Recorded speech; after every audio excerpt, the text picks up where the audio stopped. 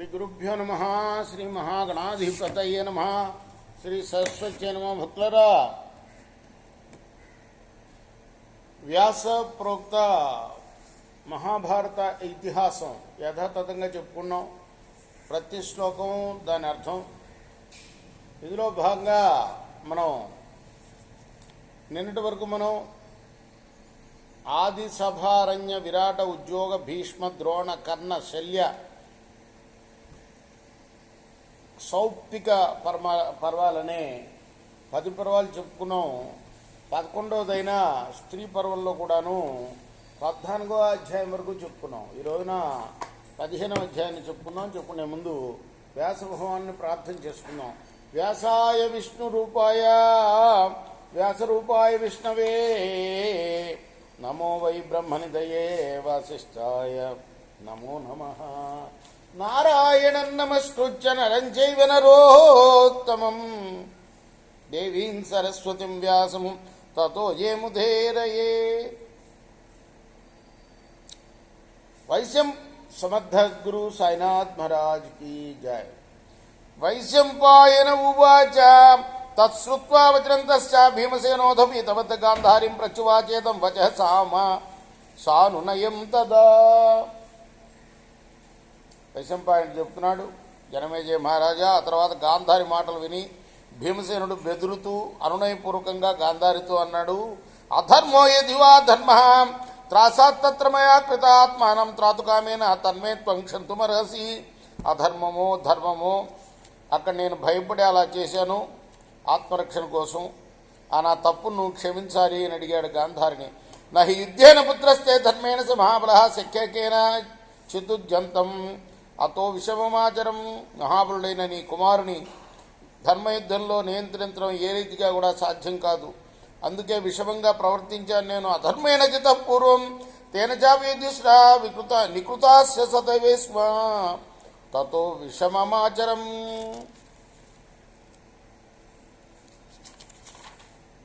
గతంలో దుర్యోధనుడు కూడా అధర్మంగానే ధర్మరాజును ఓడించాడు, మోసం చేసి ఓడించాడు జూదంలో.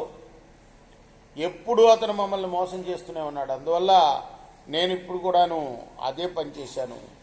సైన్యశ్చైకో వశిష్ఠోయం గదా యుద్ధేన వీరివాన్ మాం హత్వా నహురేద్ రాజ్యం ఇది వై తత్కృతం మయా రాజపుత్రీం చ పాంచాలీం ఏకవస్త్రాం రజస్వలాం భౌత్యా విద్ధం సర్వం భుక్తవాన్ యత్ సుతస్తవ సుయోధనమావసంగృహ్య న శక్యా భూససాగరా కేవలా భోక్తుమస్మాభిః అత్తైశ్చ తత్ కృతం మయా తథాస్య ప్రియమస్మాకం పుత్రస్య సంపాద్రాత్ ద్రౌపద్యా సభా మధ్యే సవ్యమూరుమదర్శయత్ తథైవ వజ్యః స్వస్మాకం దురాచారశ్చ తే స్తః ధర్మా రాజాజ్ఞా చైవ స్థితాస్మ సమయే తథా. వైరముద్దీపితం రాజ్ఞి పుత్రేణ తవ తన్మహత్ క్లేశితాశ్చ వనే నిత్యం తత్ కృతం మయా వైరస్యాస్య గతః స్వారం హత్వా దుర్యోధనం రణే వైరస్యాస్య గతః పారం హత్వా దుర్యోధనం రణే రాజ్యం యుధిష్ఠిరః ప్రాప్తః నయంచ గతమన్యవః. ఒక్కొక్కటి ఏకరవు పెడుతున్నాడు దుర్యోధనుడు చేసిన అధర్మాలన్నింటినీ కూడా.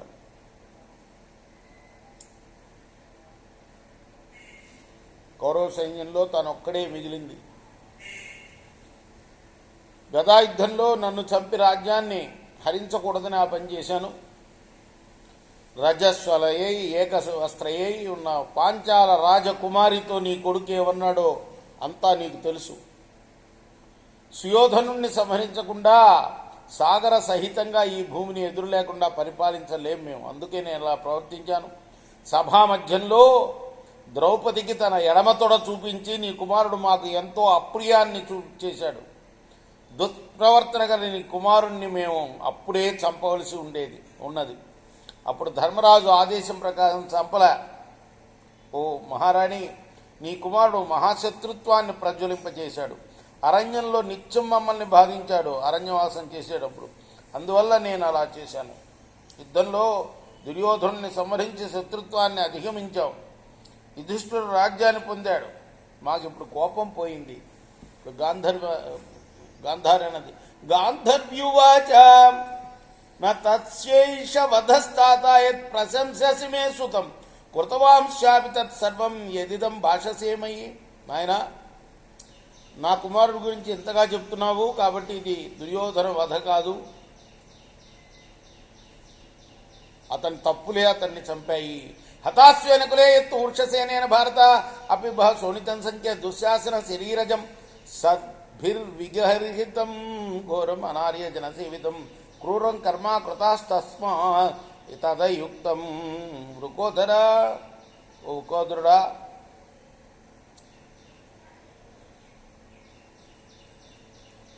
వృషసేనుడు నకులుని గుర్రాలను చంపినప్పుడు దుశ్శాసనుణ్ణి యుద్ధంలో చంపి ఆ శరీరం నుండి స్రవిస్తున్న నెత్తురు తాగావు. అది మంచి పనే? అది క్రూర కర్మ పని కదా, క్రూర కర్మ కదా.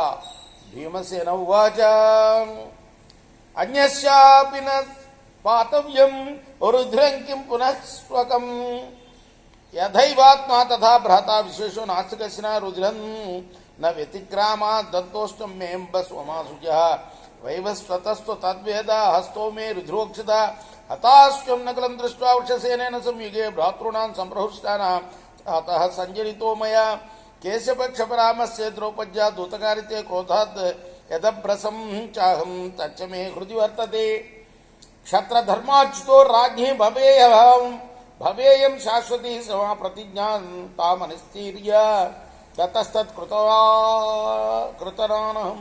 కృతవానహం న మామర్కసి గాంధారీ దోషేణ పరిశంకితుం అనిగృహ్య పుత్రాన్ అస్మాస్వనపకారిషు అధునా కిన్ను దోషేణ పరిశంకితుమర్హసి.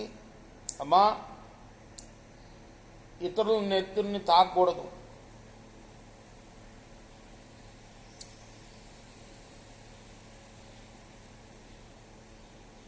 తానెంతో తన సోదరుడు కూడా అంతే, తేడా ఏం లేదు.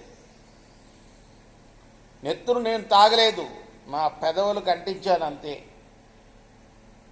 ఆ విషయం యముడికి తెలుసు, నాకు తెలుసు. కేవలం నా చేతులు మాత్రమే నెత్తురుతో తరిశాయి. రణభూమిలో గుర్రాలు చనిపోయిన నకులుని చూసి దుశ్శాసుని సోదరులందరూ కూడాను ఎగిసిపడ్డారు. అందుకని వారిని భయపెట్టాను నేను. జోదం అనేటప్పుడు ద్రౌపది తల వెంట్రుకలు లాగారు. అప్పుడు కోపంతో నేను చేసిన ప్రతిజ్ఞ నా మనస్సులో ఉంది. అదిగో ఆ ప్రతిజ్ఞ నెరవేర్చకపోతే క్షాత్రధర్మానికి దూరం అవుతాను. అందువల్ల నేను ఇలా చేశాను. నాలో దోషాన్ని శంకించతగదు. గతంలో నిరపరాధులమైన మాపై అకృత్యాలు చేసిన నీ కుమారులను గతంలో నివారించకుండా ఇప్పుడు నాలో దోషాలను ఆరోపించదగునా నీకు అన్నది. అప్పుడు గాంధారి లాంటి గాంధర్యువాచ వృద్ధశాస్యం పుత్రాన్ని నిగ్రంశ్యమ అపరాజిత కస్మాన్నా శేషే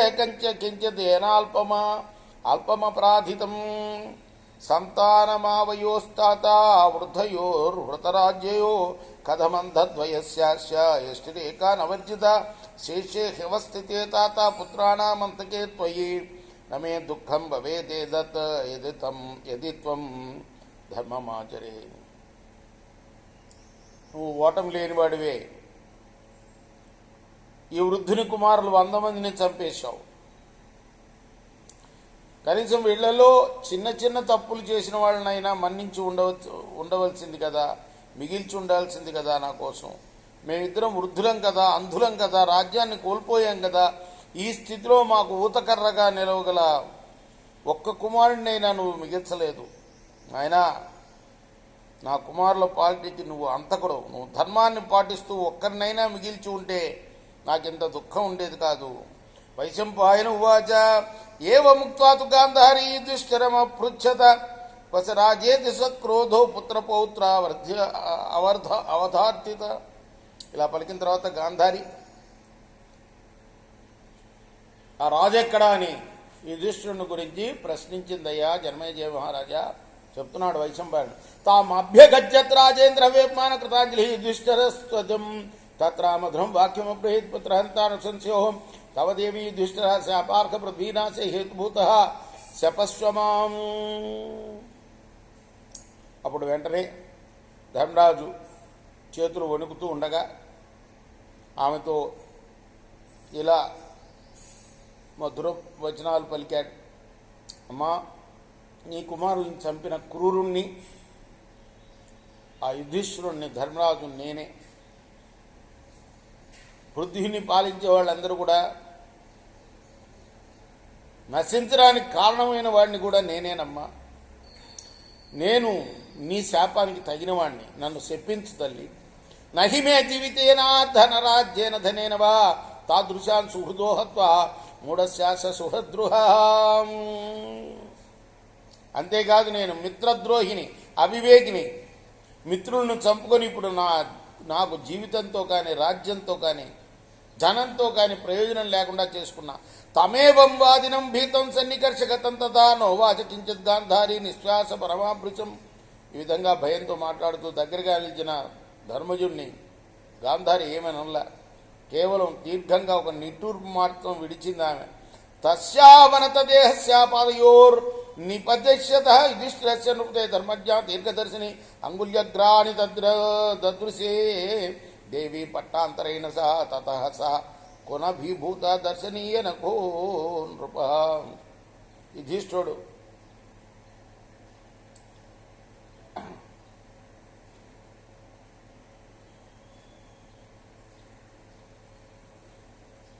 ఆమె పాదాలపై పడబోయాడు. గాంధారి కళ్ళకు కట్టుకున్న గంతుల సందుల్లో నుండి కింద నుంచి కొంచెం కనపడుతుంది. ఆ పాదాల దగ్గర ధర్మరాజు యొక్క వేళ్ల కొనలను చూసింది. దాంతో ఆ అందమైన ధర్మరాజు యొక్క గోళ్ళు నల్లగా అయిపోయినాయి. ఆమె చూపుకే కాలిపోయినాయి అన్నమాట. తను దృష్ట్వాచార్జునో గచ్చాత్ వాసుదేవశ్చ పృష్ఠద ఏవం సంచేష్టమానాంతానితాశ్చేతశ్చ భారత గాంధారి విగత క్రోధ స్వాంతయామాస మాతృవత్. ఆ స్థితిలో ఉన్న ధర్మజుని చూసి అర్జునుడు వెళ్ళి కృష్ణుడు వెనక దాక్కున్నాడు. ఈ రీతిగా బెదిరిపోయి అటు ఇటు తిరుగుతున్న ఆ పాండవులను గాంధారి తల్లిలాగా ఓదార్చింది. ఆమె కోపం తొలగిపోయింది.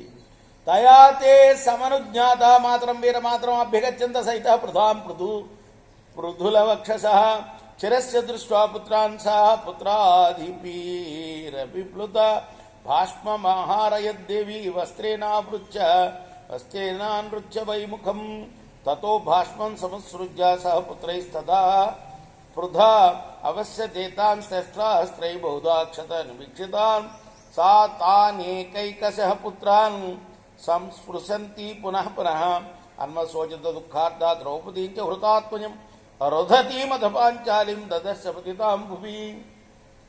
తర్వాత ఆ పాండవులు ఆమె అనుమతి తీసుకొని వీరమాత అయిన తన తల్లి దగ్గరికి వెళ్ళారు, కుంతీదేవి దగ్గరికి. ఎంతో కాలానికి కొడుకులను చూసిన ఆమె కొడుకులు పడ్డ కష్టాలను తలుచుకొని శోకంలో మునిగి కొంగుతో ముఖం కప్పుకొని కన్నీరు కార్చడం మొదలుపెట్టింది. అప్పుడు కుంతి కుమారులతో కలిసి కుమారులు కూడా ఆమె ఏడుపును చూసి ఏడ్చారు. ఒకళ్ళు ఏడుస్తుంటే ఆటోమేటిక్గా ఏడుపు వస్తుంది అనమాట. ఆ విధంగా వాళ్ళ కొడుకులు కూడా ఏడ్చారు. వాళ్ళందరూ కూడాను శస్త్రాస్త్రాలతో బాగా గాయపడి ఉన్నారు. ఒకసారి ఆమె కొడుకులను స్పృశిస్తూ కొడుకులను పోగొట్టుకున్న ద్రౌపది కోసం శోకించింది. అప్పుడు నేలపై పెట్టి రోధిస్తున్న పాంచాలిని చూసింది. ద్రౌపద్యువాచ ఆర్యే పౌత్రాః క్వతే సర్వే సౌభద్ర సహితాగత నత్వాంతేజ్యాభిగచ్చంతి చిరం దృష్ట్వా తపస్వినీం కిన్ను రాజ్యేన వైకార్యం విహీనయా సుతైర్మసు. ద్రౌపది అన్నది, పూజలారా, అభిమన్యునితో సహా నీ మనవులందరూ ఎక్కడున్నారు? ఎంతో కాలం తర్వాత ఈరోజు తపస్వినైనా నన్ను చూడటానికి రావడం లేదు. కొడుకులు లేకుండా నాకు ఈ రాజ్యంతో పనే ఉన్నది. తాం తమాశ్వాసయామాస పృథులలోచన ఉద్ధాభ్యాజ్ఞ సేనేందు రుదతిం శోకకర్షితాం తయైవ సహితా చాపి పుత్రైరనుగతా నృప అభ్యగచ్చ గాంధారీం ఆర్తమార్తాతరాశ్వయం. అలా ఏడుస్తున్న ద్రౌపదిని చూసి లేవతీసి కుంతీదేవి, రాజా, ధర్మరాజుతో పుత్రులు తనను అనుసరిస్తుంటే ఆ ద్రౌపదితో కలిసి తాను దీనంగా ఉన్న దీనైన గాంధారి దగ్గరికి వెళ్ళింది. అని ఎవరు జనమేజయ మహారాజుకు చెప్తున్నాడు వైశంపాయన. ఆ తర్వాత జరిగిన విషయం, ద్రౌపదిని లేవదీసింది కుంతీదేవి. పుత్రులు తనను అనుసరిస్తుంటే ఆమె గాంధారి దగ్గరికి వెళ్ళింది. వైశంపాయన ఉవాచ తామువాచాధ గాంధారీ సహవద్వా యశస్విని మైనం మైవం పుత్రీతి శోకార్త పశ్యమాపి దుఃఖితాం మన్యే లోక వినాశేయం కాలపర్యాయనోత్త అవశ్య భావీ సంప్రాప్త స్వభావల్లోమహర్షణ ఇదం తత్ సమనుప్రాప్తం విదురస్య వచో మహత సిద్ధాన్యే కృష్ణ ఇతువాచ మహామతి. కోడలతో గాంధారి అన్నదప్పుడు, అమ్మా అంటే కుంతితోటి, కోడలతో సహా ఉన్న కుంతిని చూసి గాంధారి అన్నదనమాట, అమ్మా ఇలా శోకంతో కలతపడకూడదు, నేను కూడా దుఃఖంలోనే ఉన్నాను. కాల వైపరీత్య ప్రేరణతో ఈ లోక వినాశనం జరిగిందని భావిస్తున్నా. ఇది తప్పించరానిది, స్వాభావికంగా గగుర్పాటు కలిగించేది.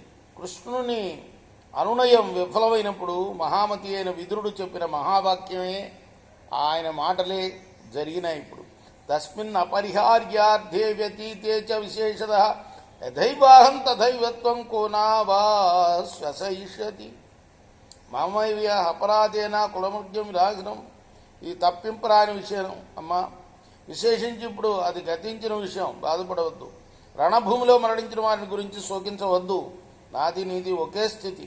మనల్ని ఎవరో అన్వయిస్తారు. నా దోషం వల్లనే ఈ గొప్ప వంశం కాస్త నశించిపోయింది అన్నది ఆమె. ఇది శ్రీ మహాభారతే స్త్రీ పర్వణి జలప్రదానికి పర్వణి వృధాపుత్ర దర్శనే పంచదశోధ్యాయ. ఇది వ్యాస మహర్షి రచించిన మహాభారత ఇతిహాసంలోని స్త్రీ పర్వంలో 15వ అధ్యాయం. రేపు 16వ అధ్యాయం చెప్పుకుందాం. కృష్ణార్పణస్తు. స్వస్తి ప్రజాభ్య పరిపాలింతాం న్యాయ మార్గమహిమీశా గోబ్రాహ్మణేభ్య సంస్కృత్యం లోకా సమస్తా సుఖినో భవంతు. కృష్ణార్పణమస్తు. సాయి కృష్ణార్పణమస్తు.